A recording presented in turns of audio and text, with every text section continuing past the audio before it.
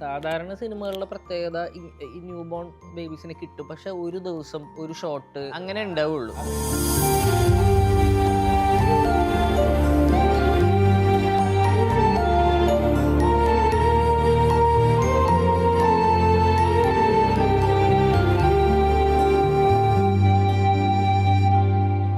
ഇങ്ങനെ ഒരു cinema conceive ചെയ്യുമ്പോൾ ഈ 4 ദിവസം പ്രായമായ കുട്ടി എന്നുള്ള വലിയൊരു റിസ്ക് ഉണ്ട്. ഞങ്ങൾ എഴുതുമ്പോൾ ഒരിക്കലും ഞങ്ങൾ ഇത് ചിന്തിച്ചില്ല. കുട്ടിയല്ലേ, കിട്ടുമല്ലോ, ഇത് വലിയ കാര്യമല്ലോ, നമുക്ക് ആര് തരും എന്നുള്ള കാര്യം നമ്മൾ അപ്പോഴും ആലോചിച്ചില്ല. ഭാഗ്യവശാൽ അഖിലിന്റെ ഭാര്യ പ്രഗ്നന്റ് ആയിരുന്നു. ഒരാൾ അതിനു വേണ്ടി പണിയെടുത്തിരുന്നു. വളരെ വളരെ പ്രീ പ്ലാൻഡ് ആയിട്ട് എഴുത്ത് സ്റ്റേജിലെ ഒരാൾ പണിയെടുത്തിരുന്നു.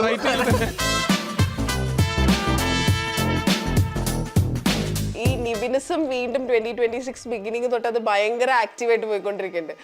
നിവിൻ എങ്ങനെയാ ബേബികളിൽ ഓൺബോർഡ് വരുന്നത്?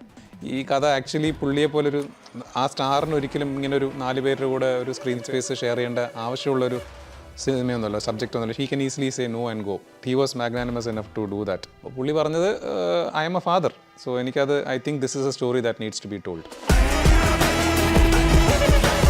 ട്രെയിലറിലെ 32ാമത്തെ സെക്കൻഡ് കണ്ട് പകച്ചുപോയി കണ്ടിരുന്നവരുടെ ഒക്കെ വാർദ്ധക്യം താങ്കൾ എന്താണ് ചെയ്തു വെച്ചേക്കുന്നത്? എന്നോട് പ്രേമലു കഴിഞ്ഞപ്പോഴൊക്കെ തന്നെ പറഞ്ഞിട്ടുണ്ട്, ഇനിയൊന്ന് മാറ്റി പിടിക്കണം, നമ്മളെ ചലഞ്ച് ചെയ്യുക ആസ് ആൻ ആർട്ടിസ്റ്റ് അല്ലെങ്കിൽ ആക്ടർ, നമ്മളെ ഷിഫ്റ്റ് ചെയ്യേണ്ട സമയമായിന്ന് പെട്ടെന്ന് തോന്നിപ്പിച്ചു.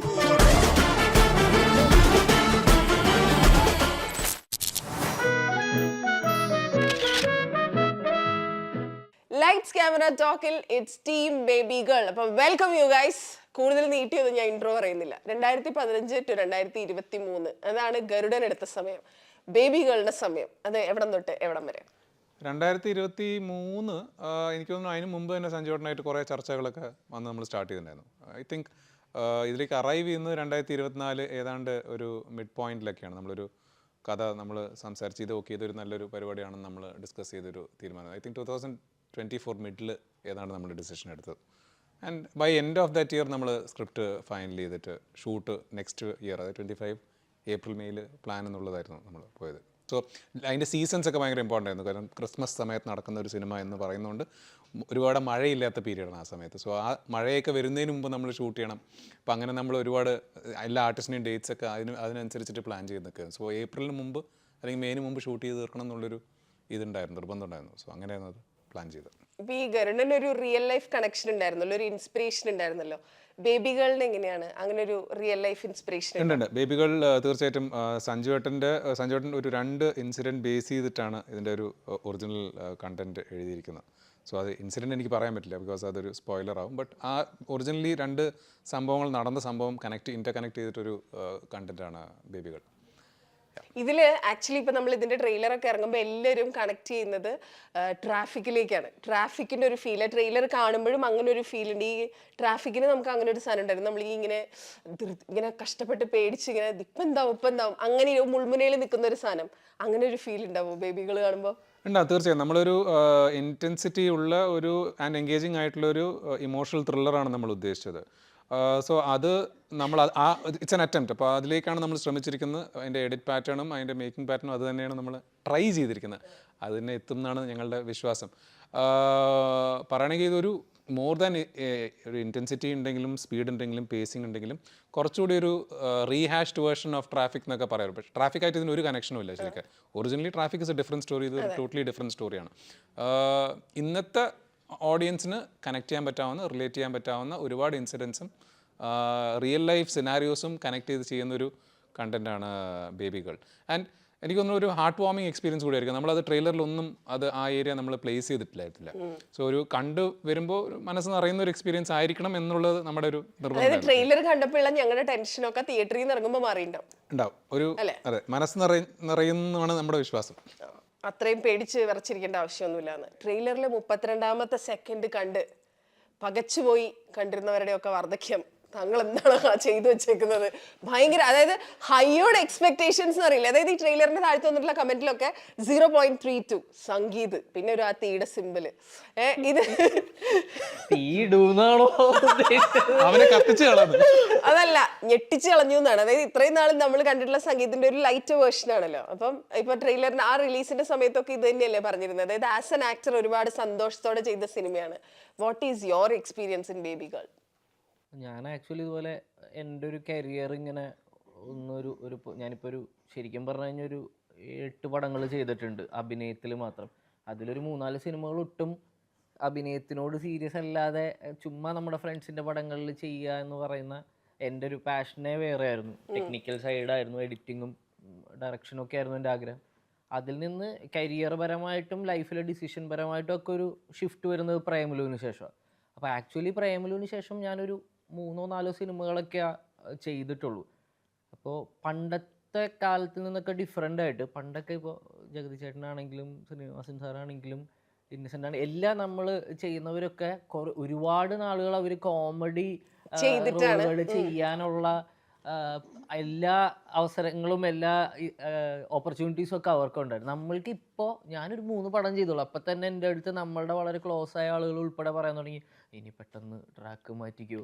അപ്പോൾ നമ്മൾ ചെയ്യുന്നത് ഇഷ്ടപ്പെടുന്നുണ്ട്, തിയേറ്ററിൽ കോമഡികൾ വർക്കൗട്ടും ആവുന്നുണ്ട്. സ്റ്റിൽ ആളുകൾ നമ്മളിൽ നിന്ന് ഡിഫറെൻറ്റ്, പണ്ടത്തെ പോലെയല്ല, ഷോർട്ട് ടേം ആയി തുടങ്ങി. നമ്മളെ ചലഞ്ച് ചെയ്യുക ആസ് ആൻ ആർട്ടിസ്റ്റ് അല്ലെങ്കിൽ ആക്ടർ, നമ്മളെ ഷിഫ്റ്റ് ചെയ്യേണ്ട സമയമായിന്ന് പെട്ടെന്ന് തോന്നിപ്പിച്ചു.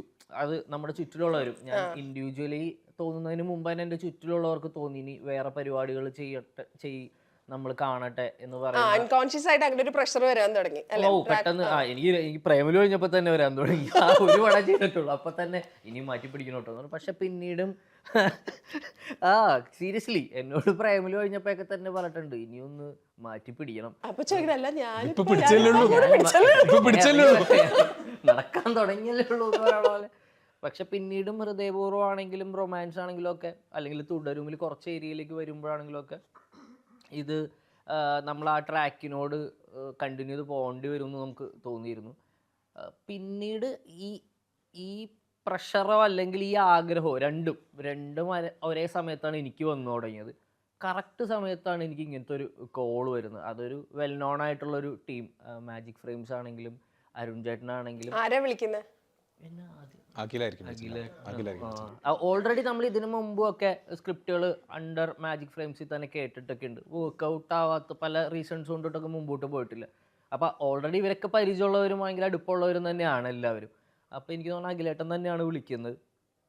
വിളിച്ചിട്ട് ഇങ്ങനെ ഒരു പരിപാടിയാണെന്ന് പറഞ്ഞ് സഞ്ജയ് ചേട്ടൻ ബോബി സഞ്ജയ് എന്ന് പറയുന്ന പേര് എഗെയിൻ ഈ ട്രാഫിക്കിലേക്ക് നമ്മളെല്ലാവരും എത്തുന്നത് അങ്ങനെയാണ്. ഒരു കാലത്ത് നമ്മളൊക്കെ സിനിമ ആഗ്രഹിച്ച് പെർസ്യൂ ചെയ്യുന്ന സമയത്ത് നമ്മളുടെ തോട്ട് പ്രോസസ്സിനെ മുകളിൽ ചുറ്റിക്കടിച്ചിട്ട് ഇവർ തിരിച്ചവരാണ്. എനിക്കൊക്കെ ആക്ച്വലി ട്രാഫിക് ഭയങ്കര തിയേറ്ററിൽ കണ്ടത് ഭയങ്കര എക്സ്പീരിയൻസ് ആയിരുന്നു.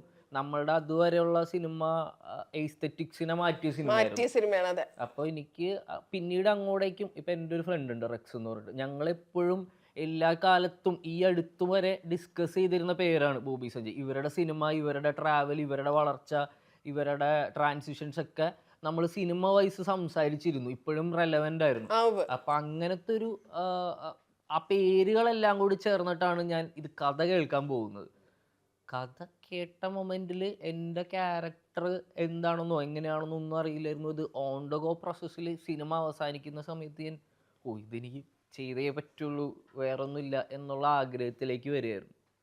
അവിടെ നിന്നാണ് ഇങ്ങനെ ഇതെത്തി. പിന്നെ അരുൺ ചേട്ടനായിട്ട് മീറ്റ് ചെയ്യുന്നു. അപ്പോൾ അരുൺ ചേട്ടനും നമ്മളെ ഒരു പുതിയ രീതിയിൽ നമ്മളെ പ്രസൻറ്റ് ചെയ്യാൻ ഇവർ തീരുമാനിക്കുന്നു, ഇവരെ കോൺഫിഡൻസ് എടുക്കുന്നു. അപ്പോൾ ഇവരൊന്നും എൻ്റെ ഇമോഷണൽ സൈഡോ എൻ്റെ മറ്റൊരു കോമഡി അല്ലാത്ത ഒരു സൈഡ് എക്സ്പ്ലോർഡ് ആയിട്ട് കണ്ടിട്ടില്ല.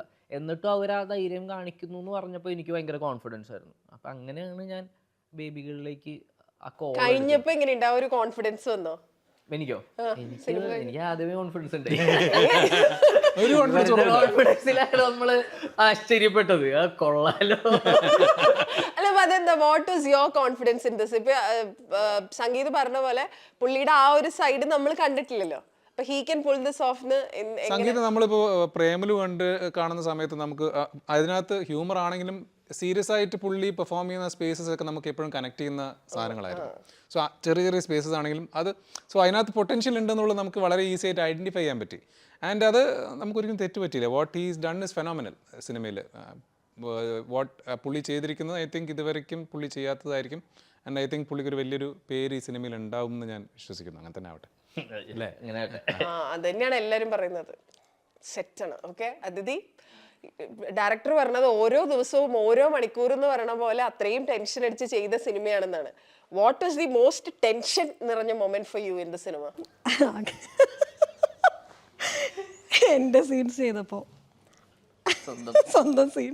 അല്ല, അതെന്താ അത്ര ടെൻഷൻ എന്ന് ചോദിക്കാൻ പറ്റില്ലല്ലോ, കാരണം കഥ പറഞ്ഞല്ലോ. അല്ല, ഞാൻ നിങ്ങൾക്ക് ഇപ്പോൾ സിനിമ കണ്ടവർക്ക് മനസ്സിലായിട്ടുണ്ടോ, ഞാൻ വളരെ ഒരു ചെറിയൊരു പാർട്ടിലാണ് വരുന്നത്. ഇതൊരു ഒരു ഒരു വിഷയത്തെ ബേസ് ചെയ്തിട്ടാണ് ഈ സിനിമ പോകുന്നത്. അതിൻ്റെ പാരലി വരുന്ന ഒരു ഏരിയയിലാണ് ഞാനുള്ളത്. എനിക്ക് ഇവരായിട്ട് പോലും കോമ്പിനേഷൻ അങ്ങനെ ഇല്ല. ഉള്ളത് നിവിൻ ചേട്ടനായിട്ടുള്ളത്. അപ്പം അതിൽ എനിക്കുള്ള ആ ഒരു കുറച്ച് ആ സീനിൽ എനിക്ക് ഇത്തിരി ഈ പറഞ്ഞ പോലെ ടെൻഷനും കാര്യങ്ങളൊക്കെ ഉണ്ടായിരുന്നു. കാരണം ഈ ഒരു സബ്ജക്റ്റിനെ സപ്പോർട്ട് ചെയ്ത് പോകുന്ന ഒരു ടൈപ്പ് ഓഫ് ക്യാരക്ടറാണ്. അപ്പം ചെയ്ത എല്ലാ ഉണ്ടായിരുന്ന സീനൊക്കെ ടെൻഷനായിരുന്നു. പിന്നെ ഞാൻ അല്ലാതെ ഇവരുടെ ഷൂട്ട് കാണാൻ പോയിരുന്നു. അപ്പോൾ അതിലൊരു ട്രെയിനിൻ്റെ കുറച്ച് സീക്വൻസുകളൊക്കെ കണ്ടിരുന്നു. അപ്പോൾ അത് ഒറിജിനൽ. ഞാൻ പൊതുവേ പലതും സെറ്റൊക്കെ ഇട്ടിട്ടാണ് നമ്മളാണെങ്കിലും BTS ഒക്കെ കാണാറുണ്ടല്ലോ പല സിനിമകളുടെയും. അപ്പോൾ അതൊക്കെ പലതും സെറ്റൊക്കെ ആയിരിക്കും. ഇത് ഒറിജിനൽ ഒരു ട്രെയിൻ വന്ന് നിന്ന് അതിലാണ് ഇവർ ഫുൾ വിത്ത് ക്യാമറ ഡയറക്ഷൻ എല്ലാം ചെയ്യുന്നതൊക്കെ. അപ്പോൾ അത് എനിക്ക് കണ്ടപ്പോൾ എനിക്കന്ന് ടെൻഷൻ. ഇത് ഇങ്ങനെ കറക്റ്റ് ടൈമിൽ കയറണം, ഇറങ്ങണം. അതൊരു ഫുൾ ആ റെയിൽവേ സ്റ്റേഷൻ മൊത്തം എല്ലാവരും അത് കുറച്ചു നേരം ഞാൻ എക്സ്പീരിയൻസ് ചെയ്തിരുന്നു കാണാൻ. അപ്പോൾ അത് കണ്ടപ്പോൾ എനിക്ക് ടെൻഷനായിരുന്നു. പക്ഷേ ആൾ ഭയങ്കര കൂളായിട്ട് ഡീൽ ചെയ്യുന്നുണ്ടായിരുന്നു ഡയറക്ടർ. നമ്മളിവിടെ തിരുവനന്തപുരം സിറ്റി ഒക്കെ ബ്ലോക്ക് ചെയ്ത് പ്രശ്നം റെയിൽവേ സ്റ്റേഷൻ വലിയ പ്രശ്നമല്ല, റെയിൽവേ സ്റ്റേഷൻ പിന്നെയും കുറച്ചുകൂടെ മാനേജ് ചെയ്യാൻ പറ്റുന്നത്. ട്രിവാൻഡ്രം പോലെ അത്രയും തിരക്കുള്ള ഒരു സിറ്റിയിൽ ഇത്രയും സാധനങ്ങൾ, അതായത് മിക്കവാറും എല്ലാ റോഡ് സീൻസ് ആണെന്നാണ് ഞാൻ പറഞ്ഞു കേട്ടത്. അപ്പോൾ അങ്ങനെ ഇത് മാനേജ് ചെയ്യണല്ലോ. ആ ഒരു പേടി ഉണ്ടായിരുന്നു, ഒരു ടെൻഷൻ ഉണ്ടായിരുന്നില്ല? നല്ലപോലെ ടെൻഷനും സ്ട്രെസ്സും ഉണ്ടായിരുന്നു. കാരണം ട്രിവാൻഡ്രം എന്ന് പറഞ്ഞ ഒരു ഹൈ സെക്യൂരിറ്റി സ്പേസ് ആണ്. അപ്പോൾ നമുക്ക് പൊളിറ്റിക്കൽ ആൾക്കാരും അങ്ങനത്തെ ഒരു ഹൈ ഇതിൽ പ്രൊഫൈൽ ഇൻഡിവിജ്വൽസ് താമസിക്കുന്ന സ്ഥലം ഒരു സൈഡാണെങ്കിലും വേറൊരു സൈഡ് ഒരു ലാർജ് ഏരിയ ഡിഫൻസിന് വേണ്ടി മാർക്ക് ചെയ്ത ഏരിയയാണ്. അപ്പോൾ നമുക്ക് എല്ലാവരുടെയും ചിലപ്പോൾ പെർമിഷൻ കിട്ടിയെന്ന് വരില്ല. അപ്പോൾ 90% നമ്മൾ ഗൊറില്ല ഷൂട്ട് പോകും. അതായത് നമ്മൾ പുറത്ത് ക്യാമറ കാണിക്കാതെ അല്ലെങ്കിൽ സ്പോട്ടിൽ വെച്ച് എടുക്കുക എന്ന് പറയുന്ന ഒരു ഷൂട്ടിംഗ് പ്രോസസ്സാണ് ഫോളോ ചെയ്ത്. ഞാൻ അസിസ്റ്റൻ്റായി വർക്ക് ചെയ്യുന്ന സമയത്ത് മേജർ രവിയുടെ ഒരു മിഷൻ 90 ഡേയ്സ് എന്ന് പറഞ്ഞൊരു സിനിമ ചെയ്തിട്ടുണ്ട്. അപ്പോൾ മമ്മൂട്ടി സാറിൻ്റെ കൂടെ നമ്മളൊരു 4 സ്റ്റേറ്റിൽ 29 ദിവസം കൊണ്ടാണ് ആ സിനിമ ഷൂട്ട് ചെയ്തത്. ആ ഷൂട്ട് ചെയ്ത സമയത്ത് നമ്മൾ ആ സിനിമ വർക്ക് ചെയ്തതിൻ്റെ ഒരു ലാർജ് സ്കെയിൽ എക്സ്പീരിയൻസ് ഞാൻ ഇതിൽ യൂട്ടിലൈസ് ചെയ്തിട്ടുണ്ട്. ആ സിനിമ ചെയ്തിട്ടുണ്ടെങ്കിൽ ഒരു പക്ഷേ ഞാൻ ഈ സിനിമ ഇങ്ങനെ ട്രീറ്റ് ചെയ്തിട്ടുണ്ടാവില്ല. എനിക്ക് ഈ ധൈര്യം പോലും ഉണ്ടായിട്ടുണ്ടാവില്ല. ഇങ്ങനെ ചെയ്യാം, അല്ലെങ്കിൽ ഇങ്ങനെ നമുക്ക് ഷൂട്ട് ചെയ്യാം, ഇത് ഓക്കെയാണ്, നമുക്കിത് വർക്കാവും എന്നുള്ള കോൺഫിഡൻസ് എനിക്ക് തീരെ കിട്ടിയില്ല. അപ്പോൾ തിരുസാറിൻ്റെ കൂടെ ആ പടത്തിൽ വർക്ക് ചെയ്ത് ആ എക്സ്പീരിയൻസ് തന്നെയായിരുന്നു അതിൻ്റെ ഒരു എന്താ പറയുക, അതിൻ്റെ ഒരു കൺസൈസ്ഡ് വേർഷനാണ് ഇപ്പോൾ നമ്മൾ ഈ സിനിമയിൽ എടുക്കാൻ ശ്രമിച്ചതും ട്രൈ ചെയ്തതും. ഐ തിങ്ക് അത് 90% സക്സസ്ഫുൾ ആയിട്ട് വന്നു. ഞാൻ മോർ ദാൻ എനിത്തിങ് എൻ്റെ സപ്പോർട്ട് ചെയ്ത ടീം, എൻ്റെ ക്യാമറമാൻ, അതായത് എന്തിനും ഓക്കെ റെഡി എന്ന് പറഞ്ഞ് നിൽക്കുന്ന അറ്റ് എനി ടൈം, ലൈറ്റിംഗ് ഇല്ല, ആ ലൈറ്റിംഗ് ഇല്ല, ഈ ലൈറ്റിംഗ് ഇല്ല എന്നൊന്നും പറയാതെ നമ്മളപ്പോൾ തന്നെ ഒരു ഡിസിഷൻ എടുത്തു. അതായത് നമ്മളൊരു സിനിമാറ്റിക് ആയിട്ടൊരു ഫ്രെയിം ഇതിൽ വെക്കേണ്ട, കാരണം ഒരു റോ ആയിട്ടൊരു സിനിമയാണ്. അപ്പോൾ നമുക്ക് ഭയങ്കര ഇമേഴ്സീവ് ആയിട്ടുള്ളൊരു എക്സ്പീരിയൻസ് വേണം. അപ്പോൾ ഒരു ഫ്രെയിം ബ്യൂട്ടി എന്ന് പറയുന്നൊരു സാധനം, അല്ലെങ്കിൽ കാണുമ്പോൾ ഇങ്ങനെ ഈ സ്ഥലത്ത് ഇങ്ങനെ ആളെ വെച്ച് ഇവിടെ ഇങ്ങനെ ബാക്ക്ഗ്രൗണ്ട് വെച്ച് അങ്ങനെ ഷൂട്ട് ചെയ്തതെന്നുള്ളത് നമ്മുടെ ഇനീഷ്യൽ പ്ലാനിലേ ഇല്ല. So as rugged as it is good. അത് ഒരു കാണാനൊരു സിമ്പിൾ പ്ലെയിനിൽ ഒരു ഫോമാറ്റിൽ കൊണ്ടുവരാം, അല്ലെങ്കിൽ ഒരു ഫ്രെയിമിൽ കൊണ്ടുവരുമ്പോൾ അല്ലെങ്കിൽ ഒരു സീക്വൻസിൽ വരുമ്പോൾ അതൊരു ബ്യൂട്ടി ഉണ്ടാവണം എന്ന് പറഞ്ഞൊരു സാധനം മാത്രമേ നോക്കുന്നുള്ളൂ. അല്ലാതെ ഒരു ഫ്രെയിം ബ്യൂട്ടിക്ക് വേണ്ടി ഒരു ഷോട്ട് വെക്കാന്നില്ല, അങ്ങനെയൊന്നും പ്ലാൻ ചെയ്തിട്ടില്ല. സോ ആ റോനെസ് കൂടി ഇതിൻ്റെ ഇൻറ്റൻസിറ്റി കൂട്ടുന്നുണ്ട്. ഇപ്പോൾ നമ്മൾ ട്രെയിലർ കാണുമ്പോൾ ഒരു ഇൻറ്റൻസിറ്റി കിട്ടുന്നത് ഒരു പക്ഷേ അതുകൊണ്ടൊക്കെ ആയിരിക്കും. ആൻഡ് എൻ്റെ പ്രൊഡക്ഷൻ ടീം വളരെ സ്ട്രോങ് ആയിട്ട് സപ്പോർട്ട് ചെയ്തത്, എൻ്റെ അഖിൽ എന്ന് പറയുന്നതിൻ്റെ ലൈൻ പ്രൊഡ്യൂസർ, അവൻ്റെ കൂടെ വർക്ക് ചെയ്ത രാഹുൽ, അങ്ങനെ ഒരുപാട് പേരുണ്ട്, സതീഷ് ഏട്ടൻ, ജയശീലൻ, ഇവരൊക്കെയാണ് ആ ലോക്കൽ സ്പേസിൽ നമുക്ക് അവരുടെ റിസ്കിൽ ഒരുപാട് നമ്മളിത് വാശി പിടിക്കുന്ന സമയത്ത് അവരുടെ റിസ്കിൽ അത് ചെയ്തു തന്ന് നമ്മളുടെ വാശിക്ക് വേണ്ടി നിന്നിട്ടുണ്ട്. അപ്പോൾ ഒരുപാട് കാര്യങ്ങൾ അവരൊന്നും ഇല്ലെങ്കിൽ ഈ സിനിമയിൽ, എൻ്റെ അസിസ്റ്റൻറ്റ് ഡയറക്ടേഴ്സ് അവരൊന്നും ഇല്ലെങ്കിൽ ഈ സിനിമ ഇറ്റ് ഈസ് ഇമ്പോസിബിൾ. അതായത് ഒരു വൺ മാൻ ഷോയെ നടക്കാത്ത കേസാണ്. സൈഡിൽ ഇങ്ങനെ ഇരിക്കുന്നുണ്ടെങ്കിലും സിനിമയിൽ അങ്ങ് എന്താ പറയാ ആറാടുന്നൊരു റോളല്ലേ, അങ്ങനെ ഭയങ്കര ഇമ്പോർട്ടന്റ് ആയിട്ടുള്ള ഒരു റോളാണ്. And it is your first cinema അല്ലേ? എങ്ങനെ ഉണ്ടായിരുന്നു? ഓഡീഷനാണ്, ആദ്യം വന്നപ്പോൾ എടുത്തില്ല, രണ്ടാമത് വന്നപ്പോൾ എടുത്തു എന്ന് പറഞ്ഞു. എന്താ രണ്ടാമത് വന്നപ്പോൾ സ്പെഷ്യൽ ആയിട്ട് സംഭവിച്ചത്? അയ്യോ അങ്ങനെയല്ല, ഞാൻ അറിഞ്ഞില്ല ആക്ച്വലി ഫസ്റ്റ് വന്നപ്പോൾ റിജക്റ്റ് ആയത്. എൻ്റെ അടുത്ത് പറഞ്ഞ സെക്കൻഡ് കോളാണ്, അങ്ങനെ ബിനോയ് സാറാണ് വിളിച്ചത് ഓഡിഷന്. അപ്പോൾ it was nice. Like first time പോയി, പിന്നെ ഒരു 2 weeks കഴിഞ്ഞപ്പോൾ അവർ വീണ്ടും വിളിച്ചു, പോയി ചെയ്തു. പിന്നെ ഒരു ലുക്ക് ടെസ്റ്റ് ഉണ്ടായിരുന്നു, അത് കഴിഞ്ഞിട്ടാണ് ഓക്കെ പറഞ്ഞത്. അപ്പോൾ ഫസ്റ്റ് ഫിലിം ഇത്രയും അടിപൊളിയായിട്ടുള്ളൊരു കാസ്റ്റിനോട് ചെയ്യാന്ന് പറഞ്ഞാൽ ഇറ്റ്സ് എ ബ്ലെസ്സിങ്. അതും അരുൺ സാർ ലൈക്ക് പ്രോസസ്സ് ഭയങ്കര ഈസി ആക്കി തന്നു. അത്ര എന്താ ടെൻഷൻ അടിക്കാനൊന്നും ഉണ്ടായിരുന്നില്ല. പിന്നെ എവറി സ്റ്റെപ്പ് നമ്മുടെ അടുത്ത് ഇൻസ്ട്രക്ഷൻസ് തരും, ഓരോ ടേക്ക് കഴിയുമ്പോഴും ഇങ്ങനെ ബെറ്റർ ആയിട്ട് ചെയ്യാമെന്ന് പറഞ്ഞുകൊണ്ട് നല്ല ഈസി ആയിരുന്നു ടോട്ടലി ജേണി. അപ്പൊ ഈ ഓഡീഷന് വരാനുള്ള തീരുമാനം ആരുടെയായിരുന്നു? ഇത് ഓഡീഷൻ കോൾ കണ്ടിട്ട് വന്നതാണോ? അല്ലല്ല, ബിനോയ് സാർ വിളിച്ചതാണ്. വേറൊരു ചേട്ടൻ വഴിയാണ് ഇത് വന്നത്. അപ്പോൾ ഫസ്റ്റ് എനിക്ക് ജോലി കാരണം ഞാൻ വേണ്ടാന്ന് വെച്ചതായിരുന്നു. ഐ വാസ് വർക്കിംഗ് ആ സമയത്ത്. അപ്പോൾ പിന്നെ രണ്ടാമത് വന്നപ്പോൾ ഞാൻ ഓക്കെ ചെയ്യാമെന്ന് വിചാരിച്ചിട്ട് വന്നതാണ്. എങ്ങനെ സെറ്റ് ആയി? അത് ഞാൻ ആദ്യത്തെ ആ വരവും രണ്ടാമത്തെ വരവും തമ്മിലുള്ള വ്യത്യാസം. അത് ഞാൻ ഫസ്റ്റ് മേ ബി ഞാനല്ല ഇനീഷ്യൽ ഓഡിഷൻ നടത്തുന്നത്, അപ്പോൾ നമ്മുടെ പിള്ളേരെ നടത്തുന്നത്. അപ്പോൾ അവരുടെ നിന്ന് കാണുമ്പോൾ ചെറിയ സ്പാർക്ക് ഉണ്ട്, പക്ഷേ ഒരു പ്രോപ്പർ അല്ല എന്നൊരു ഫീൽ ആയിരുന്നു. പക്ഷേ പിന്നെ സെക്കൻഡ് ലുക്ക് നമുക്ക് ട്രൈ ചെയ്യാന്ന് പറഞ്ഞൊരു 4-5 പേരെ ഷോർട്ട് ലിസ്റ്റ് ചെയ്ത് അങ്ങനെ വരുമ്പോഴാണ് ഇത് ഓക്കെ. നമ്മൾ ഒരു 2 പേരെ പിന്നെയും ഷോർട്ട് ലിസ്റ്റ് ചെയ്തു. ആ 2 പേരും വെച്ച് പെർഫോം ചെയ്യുമ്പോൾ എത്ര പേരിൽ നിന്നാണ് ഈ 2 പേരെ ഷോർട്ട് ലിസ്റ്റ് ചെയ്തത്? നമ്മളൊരു ഐ തിങ്ക് 1000 people അപ്രോക്സിമേറ്റ്ലി 1000. നമ്മളൊരു 3 I think 7 to 8 rounds of auditions നമ്മൾ ചെയ്തിട്ടുണ്ട്. പബ്ലിക് ഓഡിഷൻസ് ആയാലും നമ്മൾ കോൾ വെച്ച് ചെയ്തിട്ടുണ്ട്. ആ ക്യാരക്ടർ ഭയങ്കര ഇമ്പോർട്ടൻ്റ് ആയിട്ടുള്ള ക്യാരക്ടർ, സിനിമ കാണുമ്പോൾ മനസ്സിലാവും. സോ അത് വളരെ സേഫ് ആയിട്ട് ഈ കുട്ടി ഹാൻഡിൽ ചെയ്തിട്ടുണ്ട്. ആ എക്സ്പീരിയൻസ് സട്ടിലായിട്ടായാലും സ്ട്രോങ് ആയിട്ട് ഇവർ ചെയ്തിട്ടുണ്ട്. അപ്പോൾ അത് കാണുമ്പോൾ അതിൻ്റെ ബ്യൂട്ടി മനസ്സിലാവും. അമ്മയുടെ കണക്ഷനൊക്കെ ഉണ്ടാവുന്നില്ലേ? മരം കയറ്റി മറക്കുമോ? അമ്മ പറയാനുള്ള സജഷൻസ് ഓഫ് കോഴ്സ് പറയും, പക്ഷേ എൻ്റെ അടുത്ത് എപ്പോഴും പറയാം പോയിട്ട് സ്വന്തമായിട്ട് എക്സ്പീരിയൻസ് ചെയ്യുക. ലേണിംഗ് പ്രോസസ്സ് സ്വന്തമായിരിക്കണം, അല്ലാണ്ട് എവറി സ്റ്റെപ്പ് ഇങ്ങനെ ഓരോന്ന് പറഞ്ഞു കഴിഞ്ഞാൽ ചിലപ്പം എല്ലാവരുടെയും ഇത് വേറെ വേറെ ആയിരിക്കില്ലേ. അപ്പം she fully trusted the director and the writer. Mythili first ടൈമറെ പോലെ അല്ലായിരുന്നു. പെൺഷിക്ക് ഭയങ്കര ഇന്റേണലൈസ് ചെയ്തിട്ടാണ് ചെയ്തത്. It's a tough role to do also. It's not a very easy role. നമുക്ക് അങ്ങനെ വിഷ്വലൈസ് ചെയ്യാൻ പറ്റാത്തൊരു സ്പേസിലൊക്കെയാണ് ആ ക്യാരക്ടർ പോകുന്നത്. So it's not easy. So first timer ചെയ്യുന്നത് ഡിഫിക്കൽട്ടാണ്. ഈ പറഞ്ഞ പോലെ, അതായത് സംഗീത തന്നെ പറഞ്ഞാൽ കേട്ടിട്ട്, ഞാൻ ആക്ടിങ് എന്ന് പറയുന്ന സാധനം എപ്പോഴെങ്കിലും ട്രൈ ചെയ്യുന്ന മനസ്സിൽ പോലും വിചാരിച്ചിട്ടില്ലാത്ത ഒരാളാണ്. പക്ഷെ ഇപ്പൊ ഒരു ഫുൾ ടൈം ആക്ടറിനെ പോലെ നല്ല ബിസി ആയിട്ട് ഓടി നടക്കാണല്ലോ. ഇപ്പോഴത്തെ ഒരു പ്ലാൻ എന്താ? അതായത് വരുന്നത് പോലെ പോവാം എന്നാണോ, അതോ യു ഹാവ് ഇങ്ങനെ ബക്കറ്റ് ലിസ്റ്റ് ഇന്ന ആളുകളുടെ കൂടെ അങ്ങനെയൊക്കെ ഉണ്ടോ? ഉറപ്പായിട്ടും. ഇപ്പോൾ നമ്മളെപ്പോഴും പാഷൻ നമ്മുടെ ലൈഫിലോട്ട് വന്നു തുടങ്ങുമ്പോഴാണ് നമുക്ക് ബക്കറ്റ് ലിസ്റ്റുകൾ ഉണ്ടാകുന്നത്, എയിം ഉണ്ടാകുന്നത്, എത്താനൊരു സ്ഥലം ഉണ്ടാകുന്നത്. അപ്പോൾ ഇപ്പോൾ ആക്ടിങ് എനിക്ക് ഭയങ്കര പാഷനേറ്റ് ആയിട്ടുള്ള, ഞാൻ വളരെ സന്തോഷത്തോടുകൂടിയും ആഗ്രഹത്തോടുകൂടിയും ചെയ്യുന്നൊരു കാര്യമാണ്. അതുകൊണ്ട് തന്നെ എനിക്ക് ആഗ്രഹങ്ങളും കൂടുതലാണ്, എൻ്റെ ടിക്ക് ചെയ്യേണ്ട സ്ഥലങ്ങൾ കൂടുതലാണ്, കോൺഫ്ലിക്ട്സ് കൂടുതലാണ്. അപ്പോൾ പ്രശ്നങ്ങൾ കൂടി എന്ന് തന്നെ പറയാൻ പറ്റും. പണ്ട് ഒരു കുഴപ്പമുണ്ടായിരുന്നില്ല. പണ്ട് എഡിറ്റിലായിരുന്നു ഞാൻ സ്ട്രഗിളും കോൺഫ്ലിക്റ്റും ഒക്കെ ഫേസ് ചെയ്തുകൊണ്ടിരുന്നത്. ഇപ്പം അത് തിരിഞ്ഞു. അപ്പൊ ഏത് മൊമെന്റ് അല്ലെങ്കിൽ ഏത് സിനിമ തൊട്ടാണ് അങ്ങനെ ഒരു ഫീൽ ഞാനിത് സീരിയസ് ആക്കാണ്? പ്രേമലു തുടങ്ങി. പ്രേമലു അഭിനയിക്കുമ്പോഴും അല്ല, പ്രേമലു ഇറങ്ങുന്നു, അത് ഓഡിയൻസിലേക്ക് ഇത്രത്തോളം വൈഡ് ആയിട്ട് ആക്സെപ്റ്റ് ചെയ്യപ്പെടുന്നു. അപ്പോഴും എഗെയിൻ ഞാൻ ഇതിനു മുമ്പൊക്കെ പറഞ്ഞു, വൺ ടൈം വണ്ടർ ആണോ എന്ന് എനിക്ക് തന്നെ കൺഫ്യൂസ്ഡ് ആയിരുന്നു. ഞാൻ ഇതിനി നമ്മൾ ചില സിനിമകളിൽ പല കാരണങ്ങൾ കൊണ്ട് ചിലർ വർക്കായി പോകും. ഇത് റിപ്പീറ്റ് ചെയ്യപ്പെടുമ്പോഴും അടുത്ത സിനിമകളിൽ വരുമ്പോഴൊക്കെ നമുക്ക് അറിയാൻ പറ്റുള്ളൂ. അതേപോലെ തന്നെയാണ് ഇപ്പോൾ കോമഡി മാത്രമാണ് എൻ്റെ കംഫർട്ട് സ്പേസ് എങ്കിൽ എഗെയിൻ ഞാൻ ലിമിറ്റഡ് ആണ്.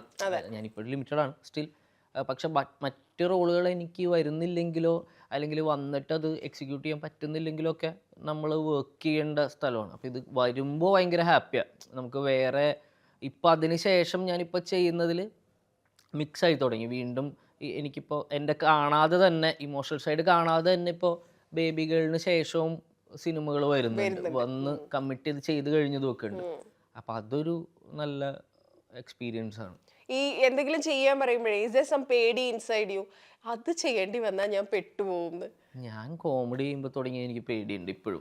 ഞാൻ എല്ലാ ഷോട്ടിനും മുമ്പും നമ്മൾ ആ സ്ട്രഗിൾ ഫേസ് ചെയ്ത് തന്നെയാണ് മുമ്പോട്ട് വന്നത്. ഭയങ്കര ഈസി ആയിട്ട് ഈ പ്രോസസ്സ് ചെയ്യാൻ പറ്റുന്ന കോൺഫിഡൻസിലോട്ട് ഇപ്പോഴും എത്തിയിട്ടില്ല. എല്ലാം നമ്മൾ ഇതിനു മുമ്പ് ചെയ്ത റിയാക്ഷൻ ആണെങ്കിൽ പോലും മറ്റേ റിയാക്ഷൻ ഇട്ടാൽ മതി, അല്ലെങ്കിൽ ഇന്നൊരു സിനാരിയോ ആണ് ഇതിനു മുമ്പ് ചെയ്തിട്ടുള്ളതാണെങ്കിൽ പോലും നമ്മൾ കോൺഫ്ലിക്റ്റിലാണ്, പ്രശ്നത്തിൽ തന്നെയാണ്. അത്ര ഈസിയും വന്നു പോയതാണ് എന്നൊക്കെ പല പല പ്രശ്നങ്ങളാണ്. ഇപ്പം ആ മൊമെൻറ്റിൽ അത് ചെയ്യാനും ഒരുപാട് കാര്യങ്ങൾ കോൺഫ്ലിക്റ്റുകൾ കൂടി.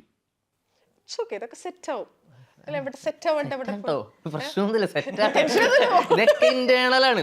ഇതൊക്കെ അതാ ഇതിപ്പോ ഓപ്പോസിറ്റ് നിൽക്കുന്നവരിലേക്ക് നമ്മൾ തെറ്റിക്കില്ല. ഇപ്പോൾ ഡയറക്ടർ ആണെങ്കിലും ബാക്കിയുള്ളവരാണെങ്കിലും നമുക്ക് എന്തെങ്കിലും പാളിയാൽ പോലും നമ്മളത് അടുത്ത ടേക്ക് കുറച്ച് നമ്മൾ ചെയ്ത് ശരിയാക്കി തരാം എന്നുള്ള രീതിയിലാണ്. പക്ഷെ ഉള്ളില് ഫസ്റ്റ് ടേക്ക് തുടങ്ങിയ പ്രശ്നത്തിലാണ് പോണ്. ഇപ്പൊ ഈ നിവിനിസം വീണ്ടും 2026 ബിഗിനിങ് തൊട്ട് അത് ഭയങ്കര ആക്റ്റീവായിട്ട് പോയിക്കൊണ്ടിരിക്കുന്നുണ്ട്. സർവമായ കഴിഞ്ഞതിന് ശേഷം 2026 is going to be his year. പ്രത്യേകിച്ച് ഇതിന്റെ ട്രെയിലറും കൂടെ വന്നിപ്പോ അങ്ങനെയായി. നിവിൻ എങ്ങനെയാ ബേബികളിൽ ഓൺബോർഡ് വരുന്നത്? നമ്മളൊരു വേറൊരു ആർട്ടിസ്റ്റുമായിട്ടായിരുന്നു മുന്നോട്ട് ഇനീഷ്യലി പോയത്. അപ്പോൾ പുള്ളിക്ക് ലാസ്റ്റ് മിനിറ്റിൽ ഡേറ്റ്സ് ഇഷ്യൂ വന്നു.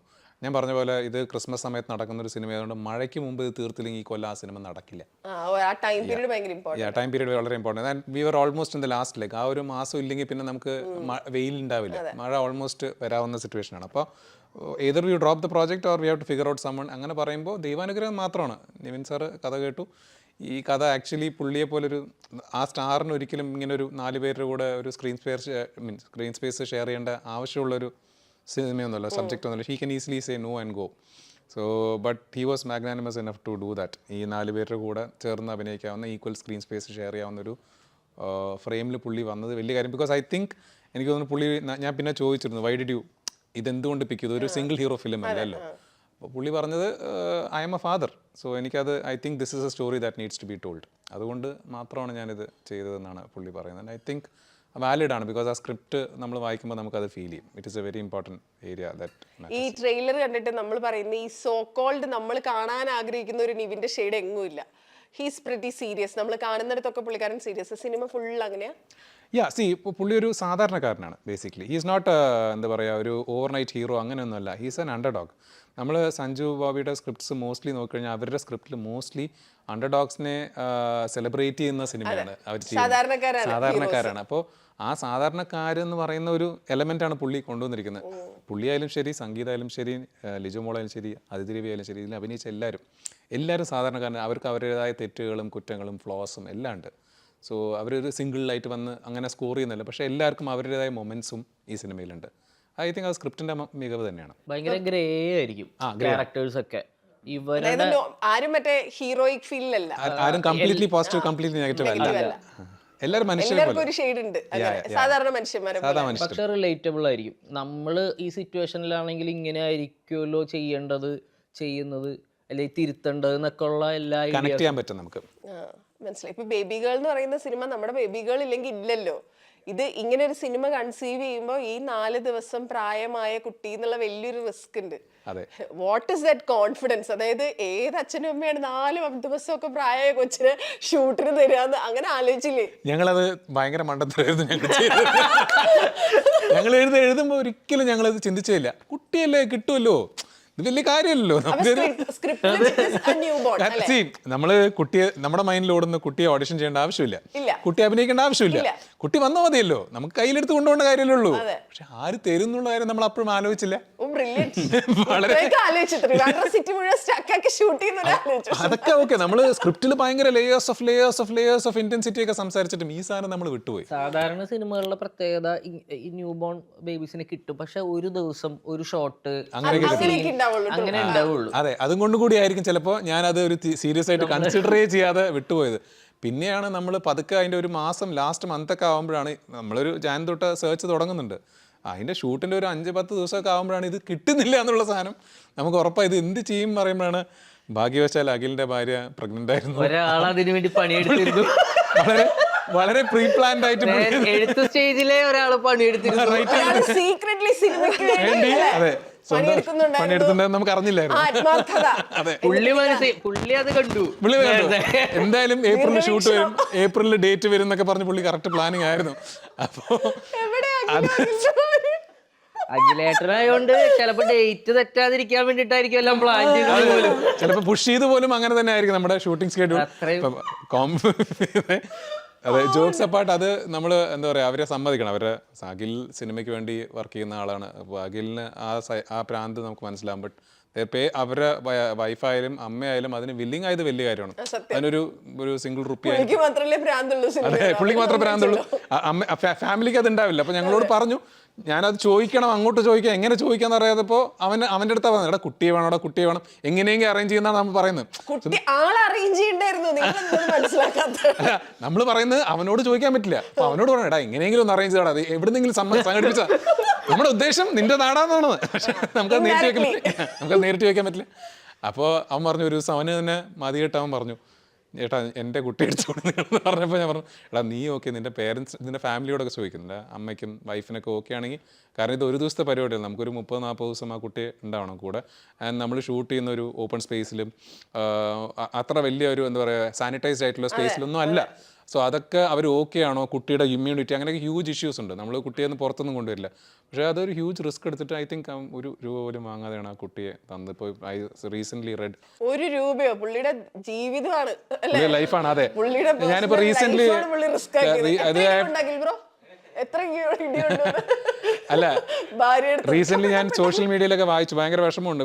അവരങ്ങനെയല്ല അത് ചെയ്തത്. It was not for money. അതായത് കുഞ്ഞിനെ വിറ്റ് കാശാക്കുന്നു എന്നൊക്കെ പറയുന്ന ഒരു സാധനമൊക്കെ വരും ഭയങ്കര വിഷമം തോന്നുന്നുണ്ട്. കാരണം വളരെ സീരിയസ് ആയിട്ട് ആ കുട്ടിയെ നമ്മൾ ആ ഷൂട്ട് ചെയ്യുന്ന സമയത്തും കുട്ടിക്ക് വേണ്ടിയിട്ടുള്ള ഒരു സ്പേസ് നമ്മൾ ക്രിയേറ്റ് ചെയ്താണ് ഷൂട്ട് ചെയ്യുന്നത് ഒരുപാട് സ്ഥലങ്ങളിൽ.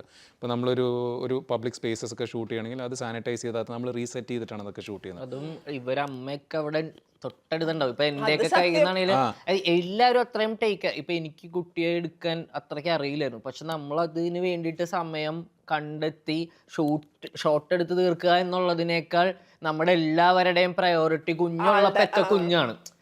ഇമോഷനോ മറ്റു കാര്യങ്ങളോ, സാധാരണ നമ്മൾ ആക്ടേഴ്സൊക്കെ നമ്മുടെ കുറേ കൺസേൺസ് ഉണ്ടാവും, ആക്ടിങ് വൈസ് ആണെങ്കിലും ഇമോഷൻ വൈസ് ആണെങ്കിലും ഒക്കെ. പക്ഷെ ഇവിടെ കുഞ്ഞാണ്, നമ്മളെല്ലാരും അത്രയും ടേക്ക് കെയർ ചെയ്ത് കൊണ്ടുനടന്നു.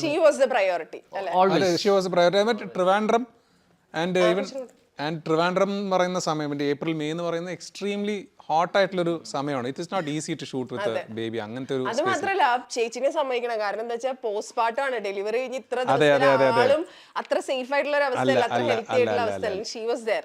ഇപ്പൊ ബേബി ഗേൾ എന്ന് പറയുന്നത് ആക്ച്വലി ആ cinema is dedicated to baby girl and her family. Definitely. അല്ലെങ്കിൽ there is no baby girl. സിനിമയില്ലല്ലോ. സത്യം. ഞങ്ങളിപ്പോഴും പറയും, ആക്ച്വലി ആദ്യത്തെ ഒരു മാസമൊക്കെ കുഞ്ഞിനെ ഏറ്റവും കൂടുതൽ എടുത്തിട്ടുള്ളത് ഞങ്ങളൊക്കെയാണ്. അപ്പൊ കൊച്ചു വലുതായി കഴിയുമ്പോ സംഗീത എന്തൊക്കെയുണ്ട് ഇന്ന് വന്നപ്പോ കൊറേ നാളെ കണ്ടിട്ട്, പക്ഷെ ഒരു അറ്റാച്ച്മെന്റ് ഉണ്ടായിരുന്നു. അവൻ കണക്ട് ചെയ്തു ഭയങ്കര പെട്ടെന്ന് സംഗീതമായിട്ട്. ഇപ്പൊ ഞാൻ എടുത്തപ്പോഴൊന്നും വരുന്നില്ല, പക്ഷെ സംഗീതത്തിന്റെ കൂടെ വളരെ കംഫർട്ടബിൾ ആയിരുന്നു. അച്ഛനും മോളും കൂടെ വരും. എന്റെ അടുത്ത് വേണത്, ഇവന്റെ അടുത്ത് കൊടുക്ക.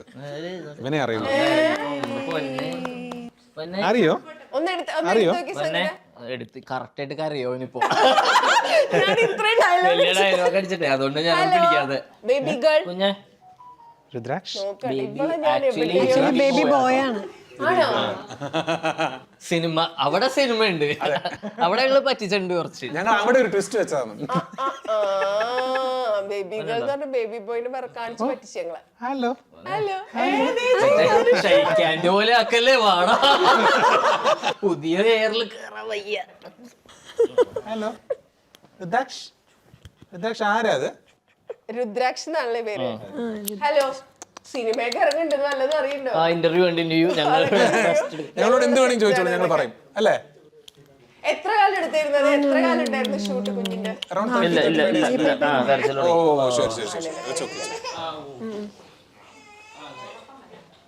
കൂടുതൽ പഠിക്കേണ്ടി അല്ലേ?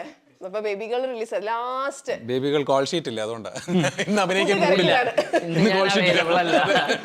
ബേബി ഗേൾ റിലീസ് ആയിട്ടുണ്ട്. തിയേറ്ററിൽ പോയി കണ്ട ആളുകളുടെ ഒക്കെ റിവ്യൂസ് കിട്ടുന്നുണ്ടല്ലോ. അപ്പോൾ അത് ഇനിയും വൻ സക്സസ് ആയി മുന്നോട്ട് പോട്ടെ. Thank you so much and all the best. Thank you.